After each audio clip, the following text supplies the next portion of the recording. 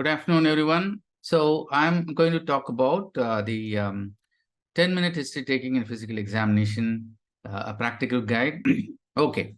So the first question which we got to ask ourselves is, because of the time constraints, can we be flexible? Yes, as all of you have pointed out, it is ideal to do for every patient, but as we see in daily practice, it's not done for all patients. So I think, to be practical, we can vary the extent and frequency based on the patient's condition, setting, and other factors. What do you mean by that? So if suppose, I have a patient who, a 24-year-old healthy adult who comes to me for hernia surgery and is coming for, an admission, then you would probably be pretty quick in doing the history and physical examination because, if he has no medical conditions, he's, maybe an athlete, then you don't need to actually, do a full clinical examination, but you still have to do a, part of history and clinical examination. What I'm trying to say is not take the full, history, what we talk about in school. So this is what we are debating about. But my argument is, if we can do it for every patient in 10 minutes, then we can do it for everyone. That is my argument. So if you talk to a group of nurses or doctors, I get this varying thing. Some people say, yes, we can should do it for all patients. Others will say, no, we have to be flexible. But it is ideal. So why don't we stick to the ideal and then try to be, quick so that we can do the full history and clinical examination. So this is what I said. So some people say for stable patient, focused assessment, for critical cases or elective admission, comprehensive head-to-toe assessment. See, there is one paradigm in quality. If you have two rules for one thing, then people will fall between the cracks. You'll only should have one rule. So this is the reason I'm trying to say that, yes, we have to do a full clinical history and clinical examination, but we can do it in a much shorter time. So there's no time is the usual excuse why we don't do. All of us understand that full clinical examination and history is very, very important. But we say, is, because of the time constraints, it is not possible to do it. So is it possible to do history and full head-to-toe exam in 10 minutes? That's what I'm going to talk about today. So we can, if we work smart. Okay, so this is a guy who's, having a sphere who will go much faster than the ones who are pushing the cube. And I'm going to tell you 3 things by which you can do this faster. Okay, one is using checklists. One, to have a systematic approach going from head to toe. And then as you examine, you club certain tasks. And that is the smart way of doing it. Okay, so using checklists for your history. During examination, having a systematic approach going from head to toe. And then while you're examining, clubbing the task so that you achieve the same objective or same amount of information you can get by clubbing these tasks.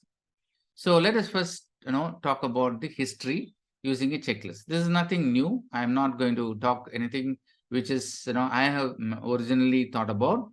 This is called as review of systems. So review of systems is quite popular in the Western countries. And what is this review of systems?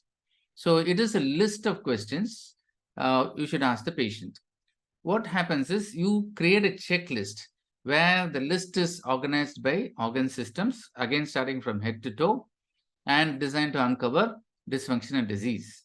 So the review of system also can be either problem related. Somebody comes with abdomen pain, you only do the review of system of the GI tract. That is known as a problem related ROS, review of system. Extended is when you extend it to 2 or 9 organs. So depending upon what specialty you are working with. And a complete ROS is a review of at least 10 organ system. This is very well established, but unfortunately in the Indian hospital practice, this is not much used. I have not seen it used in most hospitals. So I want to say that why don't we think about this? So this is an example of a review of system checklist. As you can see here, it goes here from here constitutional, eyes, ENT, cardiovascular, respiratory. These are the organ systems. And for each of this, if there is nothing there, you just tick the box negative. And then you quickly ask the history. Do you have any weight loss or any weight gain? any fever recently, you are unduly fatigued, like that. And then, like that it goes. Eyes, any vision change, are you wearing glasses or contacts? Like that, you cardiovascular, you ask about orthopnea, chest pain. So you get the idea. So instead of, you thinking and asking the patient one by one, which takes a lot of time, you just have the checklist in your clipboard and keep asking these questions. And this can be even done by, even a junior or even somebody who's trained. Now you have this physician assistants nowadays, whom you can train them, and they will take this review of systems even before you walk into the room of the patient. So by that you can save much time, and this will take not more than 5 to 7 minutes. Okay, so that is the history, which can be done in a very focused way, and using the checklist. So now that's the easy part. Now it's already there, and there's nothing much for me to explain about it. So if you Google about review of systems, there are innumerable checklists available in Google. You can download it and you adapt it to your hospital setting or your practice setting, and you can do a very quick history and examination. As I said, you can delegate this also to and somebody to do it even before they walk into your clinic. Even very busy general practitioners can have a receptionist who just asks these questions and then sends this to along with the patient, so that you get an idea. If everything is negative, you're okay, and if it's one of those is positive, you can do. And this also can be done electronically. So let's get into head-to-toe examination. This is where I think I have a technique and I want to share with you. So in the head-to-toe examination, the first thing is be systematic and do your examination from head to toe, quite literally. So first you will see the head, eyes, and the ear, nose, throat. Next, you look into the oral cavity, and then the neck. Then you come to the chest, where predominantly you listen to the lungs. See, basically, listening to the heart sounds or the murmurs has become redundant with the advent of echocardiography. And because of the inter-observer variability, for us to spend time to hear the heart sounds and the murmurs, and then find actually you're not actually good at it, it's a waste of time. So this is my personal opinion. So when you're doing the chest examination, it is just worthwhile listening with the stethoscope to the lungs, whether they and not maybe if they have a pulse, then they're going to have heart sounds anyway. So there's no point doing it. Then you do the examination of the abdomen and the groins, and then extremities, the hands and the legs. And finally, you need to do an overall skin assessment, and then turn the patient to the back and do a back assessment as well. So this is a methodical head-to-toe assessment, and as you keep doing this methodology again and again, you become pretty quick at it. So the next, as I said, is task clubbing. There are two ways you can do task clubbing. One is when you're standing in front of the patient, you finish all the tasks which you need to do standing in front of the patient. And then you go behind the patient and finish the rest of the tasks. So that way, instead of, so suppose for, respiratory examination, usually what we'll do, we'll auscultate the lungs in the front, and then, ask the patient to turn around and then auscultate the back. So instead of that, you just finish the front of the, chest auscultation, finish the abdomen examination, finish the rest of your examination standing in front, and then you go to the back. Then you see the back of the scalp, neck, auscultate the lungs in the back, and then finish the back examination. That way you save time. So that is task clubbing. So do the tasks standing in front of the patient, then move to the tasks which you can do standing behind the patient. The next way you can do task clubbing is combining the history and examination for each and every region. Remember, I told you about the review of systems. So suppose you don't have anybody to do the review of systems, you can do a quick review of systems and examine that region together. So you ask the relevant question and examine the region. Suppose it is head, you ask for whether you got headache, you got any past history of cerebrovascular accidents. All the history you can elicit and also examine the same region. That way you're finished in one go. So task clubbing helps you to save a lot of time. So these are the two ways in which we can club the tasks and save time. So relevant questions, and examine the region you do together. Now, I'm going to quickly go through, how I do it. This may not be the way that you do it because each of us has got their own method, but it works for me and you have to develop your own method. Okay. So I start standing in front of the patient, start with the head and face. So in the head, I start with orientation. What's your name? Where are you from? No, do you know where you are? What is the date and time? What is the day of the week? Orientation is over. Do you have any headache? Any past history of strokes? That's it, and then you examine the scalp and then look at the skin of the face for any lesions, and you're done with the head. Then you go take a torch and look at the pupillary reaction, and also with your finger you can look at the eye movements. Meanwhile, you keep asking, how is your eyesight? Are you able to read distant things? Did you have any cataract operation? Obviously they'll be wearing spectacles. So is it for near vision or far vision? As you keep examining, you can elicit the history. Next, you get into the ENT, where you ask the patient, is there any ear discharge? Do you have any ear pain? How is your hearing? And then you do a quick examination. You don't need to do an otoscopy or anything. Just look at the external canal, look at the nose to see for dryness or deviated nasal septum, things like that. And then the ENT is over. And finally, ask them to open the mouth, look at the teeth, the gums, any ulcers, because oral cancer is very common in India, and then the rest of the mouth and throat.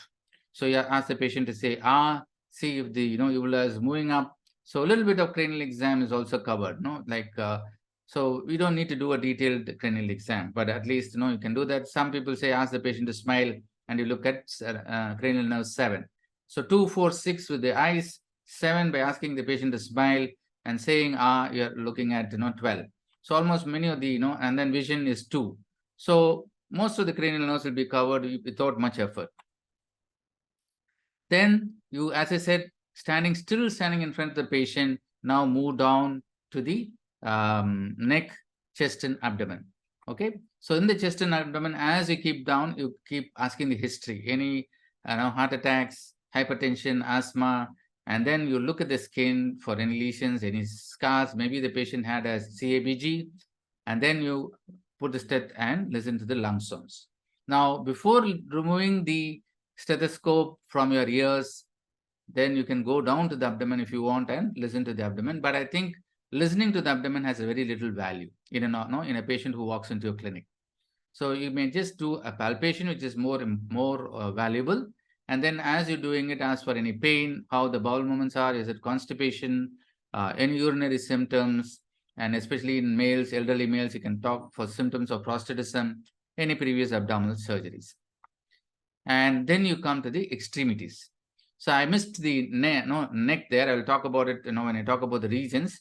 But as I'm going down, I'll also look the front of the neck to look at the thyroid gland and see any obvious jugular venous distension, and if they have any obvious nodes. Okay, so then you look at the extremities, the upper limb and the lower limb. In the upper limb, you look for movements, see with the range of movements in the wrist, in the elbow, shoulders, and then feel for the pulse on both sides. No, you don't need to even feel the pulse for the full minute, just to see whether the pulses are equal on both sides. And in the hands, you look at the nails for any clubbing, any brittle nails. Look at the palms, maybe there may be psoriasis or some other skin lesion or signs of cirrhosis, and then look at the skin of the upper arm. In the lower limb, you ask them for if there's any pain or joint pain, arthritic pain, then look at the movement of the ankle, knees, and hip. And especially look for edema in people. It may denote that they may have heart failure. So in the feet, sensation is important. Remember, 1 out of 5 patients who walks into a clinic is a diabetic. And one of the most common things they have is loss of sensation. And loss of sensation leads to ulcers. Ulcers lead to diabetic foot, and there is huge morbidity and mortality. So in every patient who comes to the clinic, if you can look at the diabetic patient, their feet, and make sure that they don't have any lesions, you would have saved several thousands and lakhs of lives. Very simple examination. Okay, so look for the sensation, look at the pulse, nails, look at both the sole and the dorsum for any lesions, and the skin to see whether there's any dryness or brittleness. And then you go to the back of the patient. Now you finished fully the front, right? If I just want to recapitulate, head and the face, then the front of the neck, then the chest, you'll auscultate the lungs, then you come to the abdomen, palpate the abdomen, look at the groin, make sure that there is no hernia. And if you can ask the patient, is there any problem? Do you have a hydrocele? If there's a male patient or any irritation in the female genitalia, you can do an examination if necessary. Otherwise, you move to the extremities, finish all this, and then go to the back. So in the back, you look at the scalp, back of the scalp, and then it is easy to palpate the neck from the back. Always, clinical examination from the back, you feel the nodes much, well. So from the back, you palpate for the lymph nodes, and then the rest of the back, the spine, and then here, as I said, auscultate the lungs. And then again, if the patient has got any problem which necessitates a rectal examination, you will do it. Otherwise, routinely, we don't need to do a rectal examination, but finish off all the tasks which needs to be done in the back. So be ready with a PR tray if, it is indicated. So this is another technique which I use for quick head-to-toe examination. As I said, one is the systematic way from head to toe. Second is task clubbing. Do things which have to be done, standing in front of the patient, and then go to the back, and then finish your history and clinical examination in each and every region. Now we will quickly, when you go through each of these regions, you will have to detect abnormalities. Actively look out. You should be like a detective, looking out for abnormalities. So if you are not aware of what abnormalities you're looking for, I think this is my chiefs keep on used to drill this into us. The eyes do not see what the mind does not know. Go and read Das clinical, go and read Hamilton Bailey, go and read, Hutchison's. That's what they used to tell us when we were medical students. That's because we need to see these pictures of common clinical conditions so that our mind is tuned to detect these things. So with that in mind, I will quickly go through some common things which you have to keep in mind when you go from head to toe. So when you, look for the eyes, look for cataract, look for any jaundice or anemia, and also you can look at, glaucoma, that, signs of glaucoma. Ears, see whether there is any wax, any, pus which is coming, and whether the canal is narrowed or any infection is there, redness is there. In the nose, suppose the patient has been on oxygen, then can be dry mucous membrane, or you can even look at the deviated nasal septum or enlarged turbinates if they have allergies. In the oral cavity, especially look at the teeth and gums and the healthiness of the tongue and the rest of the oral cavity. Here is the healthy throat on the left side, sore throat, now looking at the inflamed tonsil and the tongue. So the neck, there's a few things to look at. The jugular venous distension is seen when the patient is reclined at about 60 degrees. They may have enlarged lymph nodes. Obvious ones like this are easy, but if you palpate, you may detect things which are not obvious. And again, thyroid, now you may have to look in the beginning, in the front, and the tracheal deviation by palpating with your finger. So you can also look at the carotid pulse if necessary for elderly. Then you come down to the chest, where you look at from the cardiac point of view. As I said, nowadays, a lot of people have surgeries and pacemakers put in. So make sure you just remove the buttons and see. Sometimes they may not tell you. So if you see these telltale scars of the pacemaker and CABG, you will be able to tell the background of that patient. And in the lungs, as I said, listen to the lung sounds, and any added sounds is much easier than listening to the heart sounds. And in the abdomen, palpation is more important. Look at the scars. If they have any stoma, you have to examine them, and do not miss the hernia. Just the 2 inches, you have to slip the trousers or the skirt down to see the groin, make them cough, and you will detect these hernias. And also ask the history for genitourinary symptoms. And as I said, for males, prostatism, you can ask the history. Then coming to the extremities. So in the legs, it is a sensation, as I already pointed out. Any signs of ischemic limbs. Ischemic limbs, the hair will be lost, the skin will be brittle, you will not be able to feel the pulse, or they may have obvious varicose veins, they may have pitting edema, or even redness and cellulitis. So these are things which you have to look in the lower limb.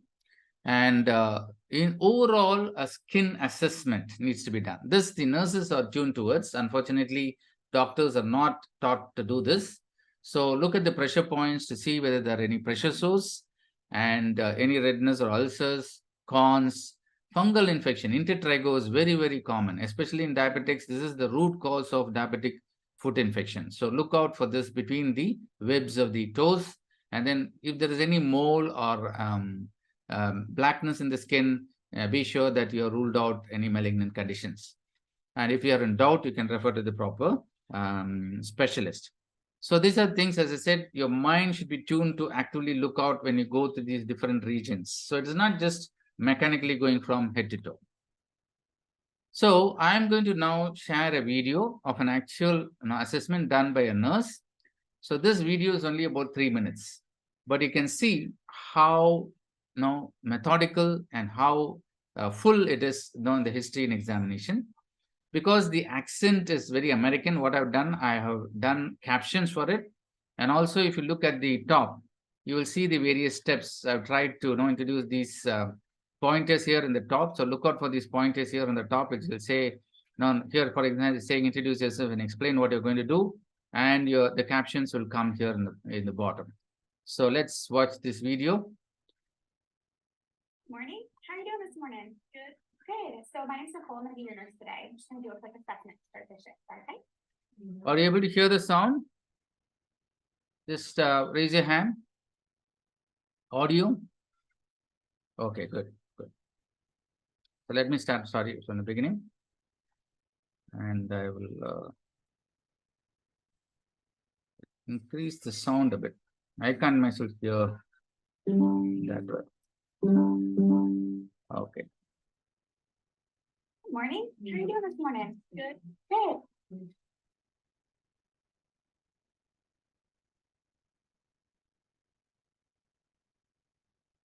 Morning. How are you doing this morning? Good.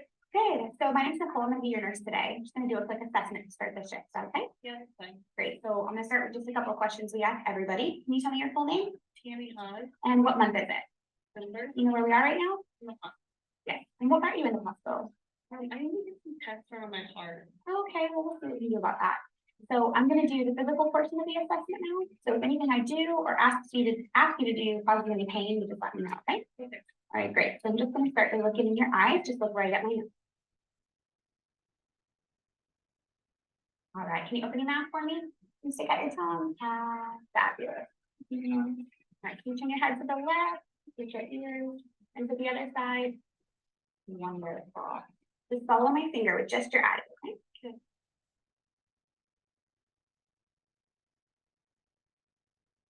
Beautiful. Any pain or issues with your head, neck, jaw, or ears? No. Okay, fantastic. I'm just going to listen to your heart, lungs, and your belly now. Take a deep breath when you feel my stethoscope.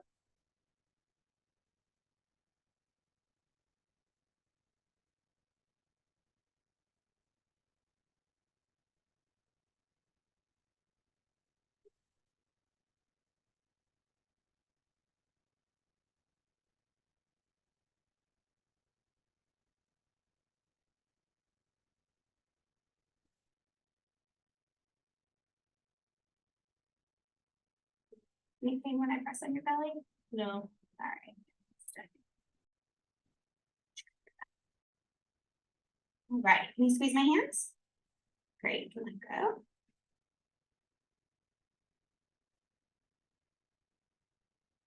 Awesome. All right. Put your hands up like you're stopping a bus and push on me. Good. Turn your hands around and pull me towards you. Fabulous. Can you put your arms out to the side, up over your head? Any pain with any of those movements? No. All right. You can put your arms down. I'm just going to look at your feet now. Off your socks. I can see your little boots.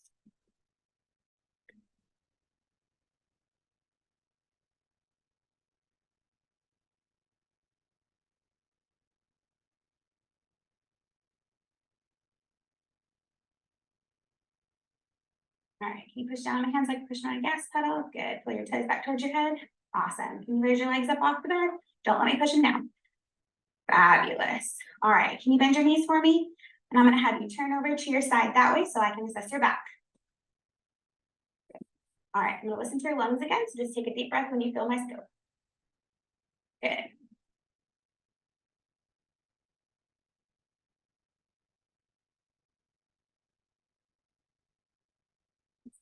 your skin. Everything looks great. All right, you can make yourself comfortable. Do you have any pain or burning with urination? Any issues with that? Any issues with your bowel movements? No. Beautiful. All right, well, I'm just going to do a set of vital signs and we'll get the rest of the shift started. Do you need anything else right now? No, thank you. All right, fantastic.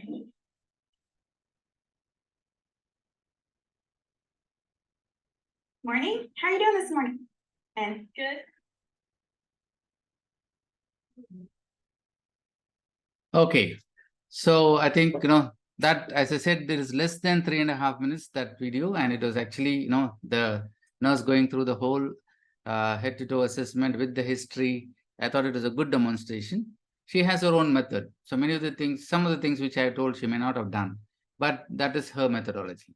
Okay, so that is the beauty of this. Now you develop your own methodology. So in summary, be organized and manage time by clubbing tasks, as it said. Be systematic, go from head to toe, finish the tasks standing in front of the patient, then go to the tasks in the back of the patient. Each region, take the history and do the examination at the same time. So you'll be able to save time. Develop your own routine. And for the juniors out there, the only way you can become fast and quick and smart is practice, practice, practice. Each and every patient, you keep doing this again and again, you will become much, much quicker in doing this. So that brings us to the end of our session. Thank you so much again for your participation and being there. Thank you so much.